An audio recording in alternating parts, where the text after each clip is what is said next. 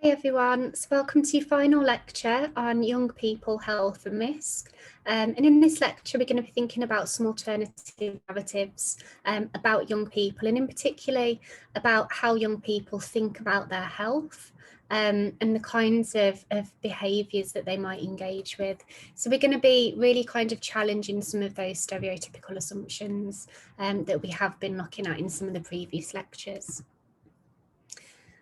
So something quite interesting that has kind of come up over the last few years is this idea of the new young fogey, and that you can access. There's an article about this. There's a podcast as well that we're going to be thinking about in your seminar this week, and it talks about this kind of emergence of a new young fogey, and how actually the younger generation, the current younger generation, might be, not as risky and not as, not as much risk takers as previous young generations. So some of the kind of findings that support this then are that for people aged 25 and under, that those aged 25 and under are a third more likely to be teetotal now than in 2005. And that a quarter of young people do not drink at all. So this is quite significant, really, isn't it? Considering the common association between young people and irresponsible consumption of alcohol. Illegal drug use among the under 25s has also fallen by more than a quarter since 2004. The number of nightclubs have almost halved since 2005. Obviously, this was pre-pandemic, and we know that a lot of, potentially a lot of nightclubs are going to have had to close down since the pandemic. But what this is highlighting is that actually maybe these nightclubs have closed because young people potentially aren't going to them as often as they used to. We know that teenage pregnancy is at its lowest since records began in England and Wales in 1969, and that the number of crimes committed by under 18s in England and Wales has fallen by 70% since 2005, which is a new record low. And I think that's really significant, a 70% decrease in under 18s committing crime. So clearly then, what this helps us to think about is that things have changed, that young people potentially aren't taking as many risks, aren't engaging in as many risky behaviours, and that something must have changed for these things to happen. And so this is what we're going to be thinking about now.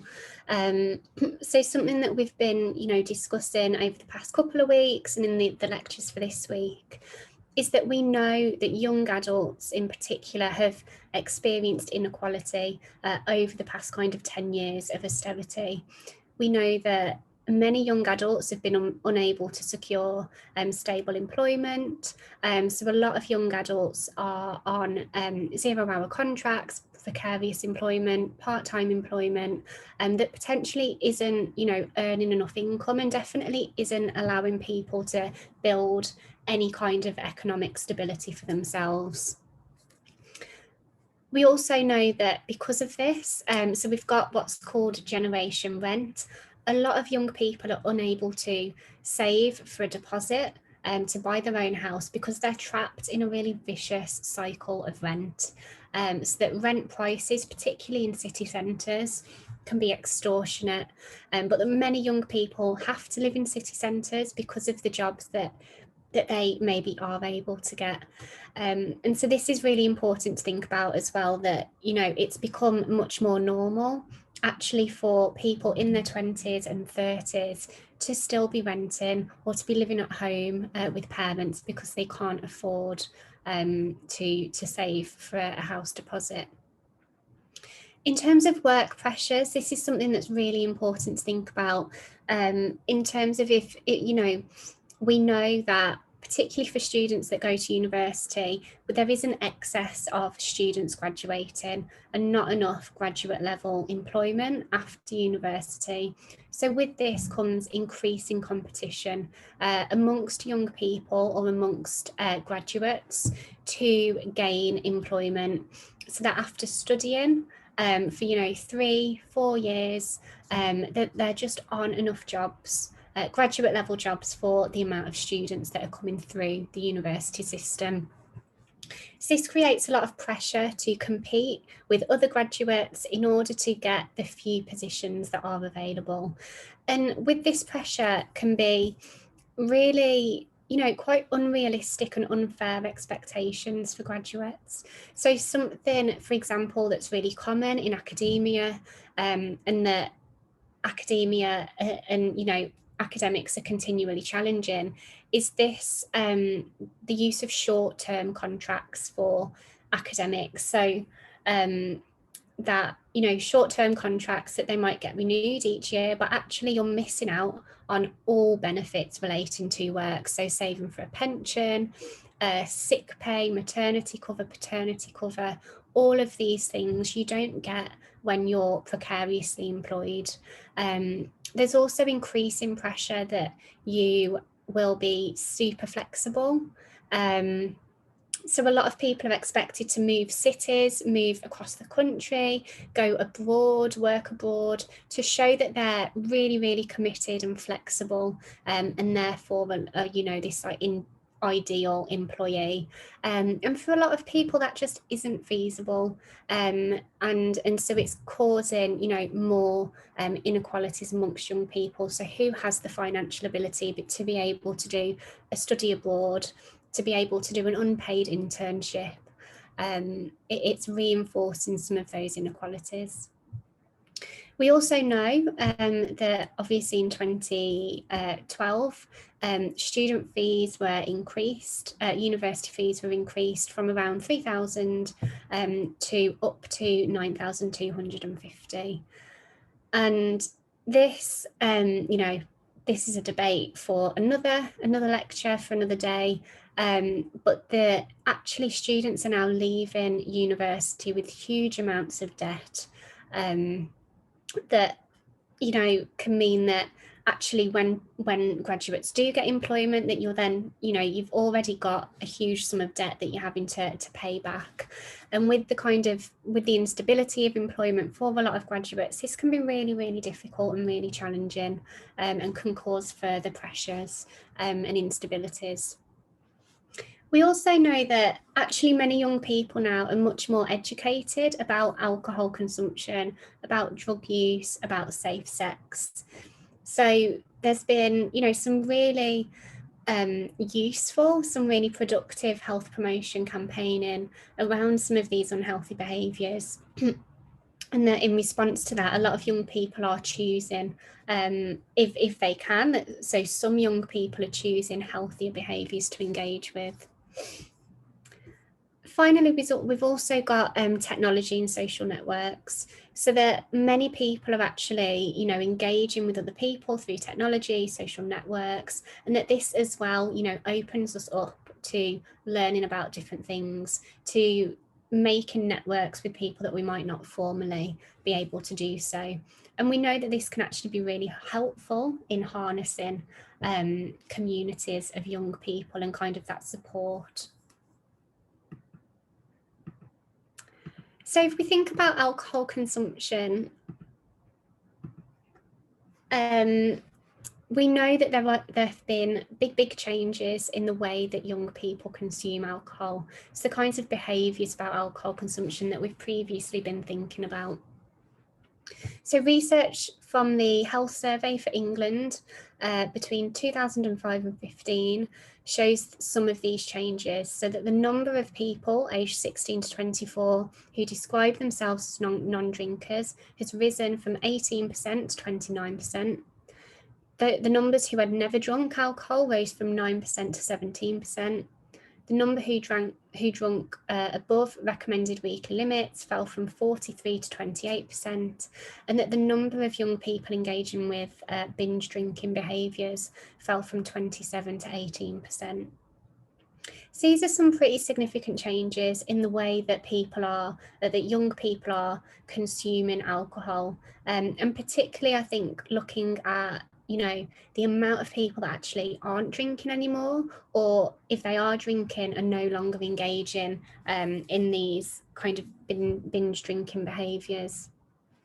And actually what we do know, so research from DrinkAware in 2017 found that people aged 65 and over in Great Britain are actually much more likely than any other age group to have drunk alcohol on 5 or more days in the previous week. So actually this suggests a real shift in who's drinking, how often people are drinking. And again, it's thinking, how problematised are it's whose behaviours are we problematising.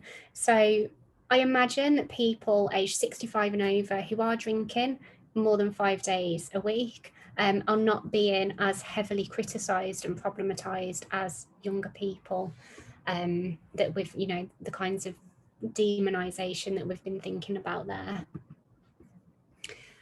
So lead researcher then, who had analysed some of that data from the Health Survey for England, Linda Fatt, describes some of these trends as stark and widespread in terms of people's perspectives about alcohol and people's behaviours, so how people consume alcohol as well.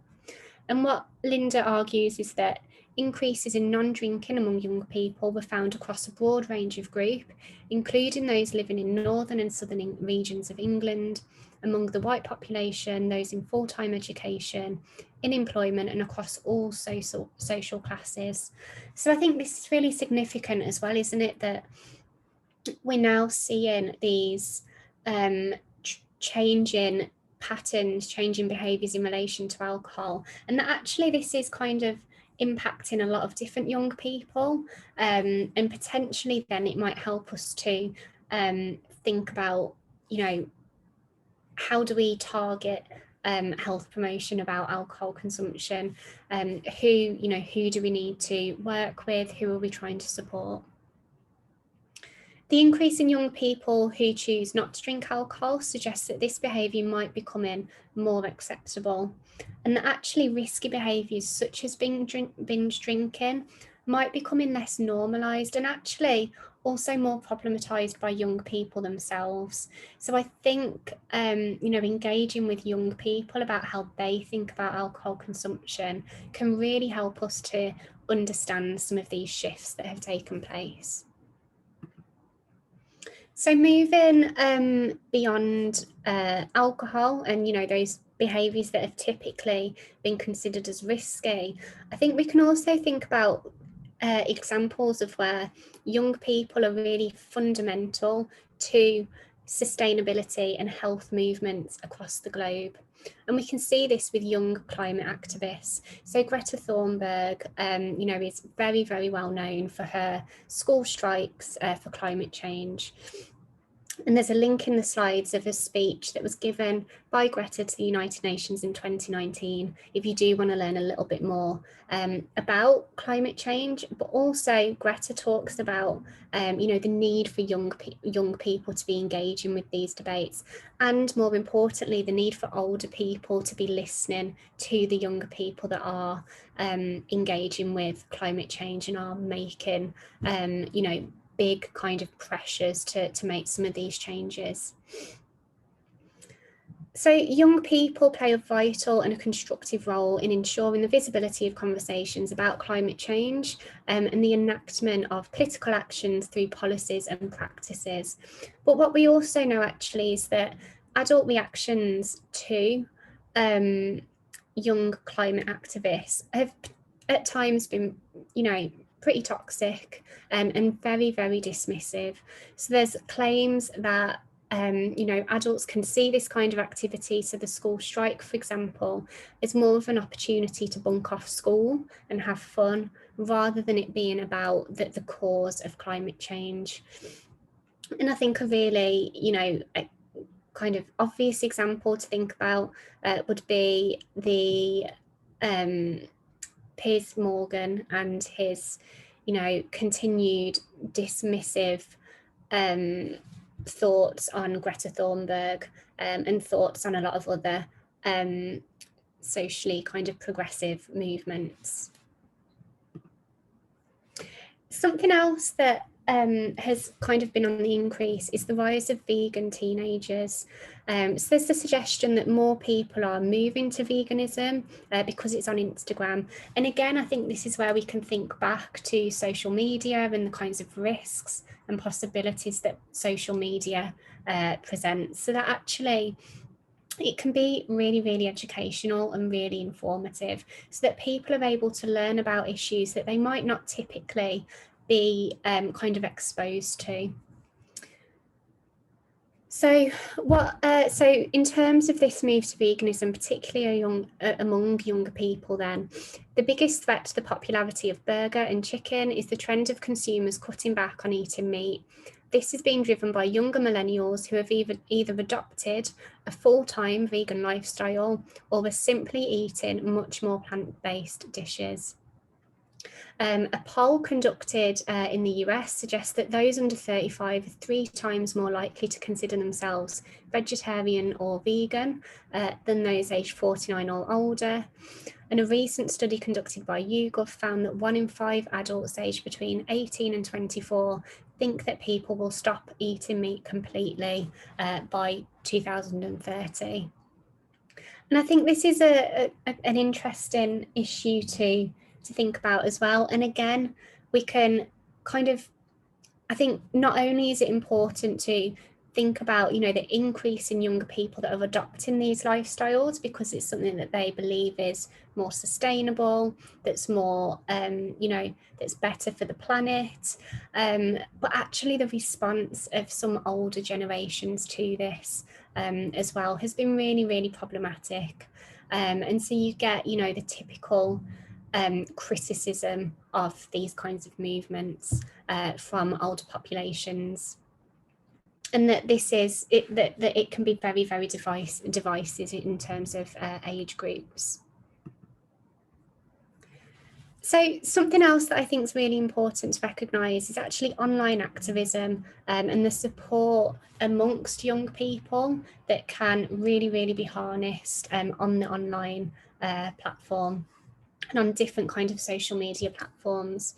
So founded in March 2018, Jamila Jamil, I think I might have spoken about her before. If not with you, I've definitely spoke about her with other students.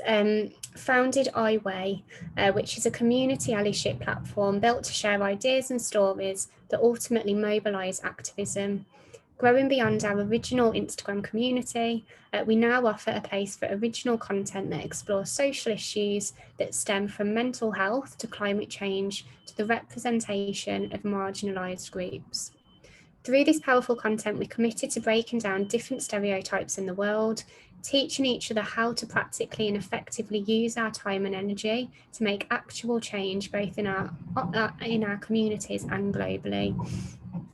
Now, iWay is just one example where, younger adults, particularly younger women, have really come together with the iWay campaign in order to challenge some of the societal expectations that are put onto people's bodies, the, really toxic discourses around weight, and that actually, social media for this has been really, really fundamental to that.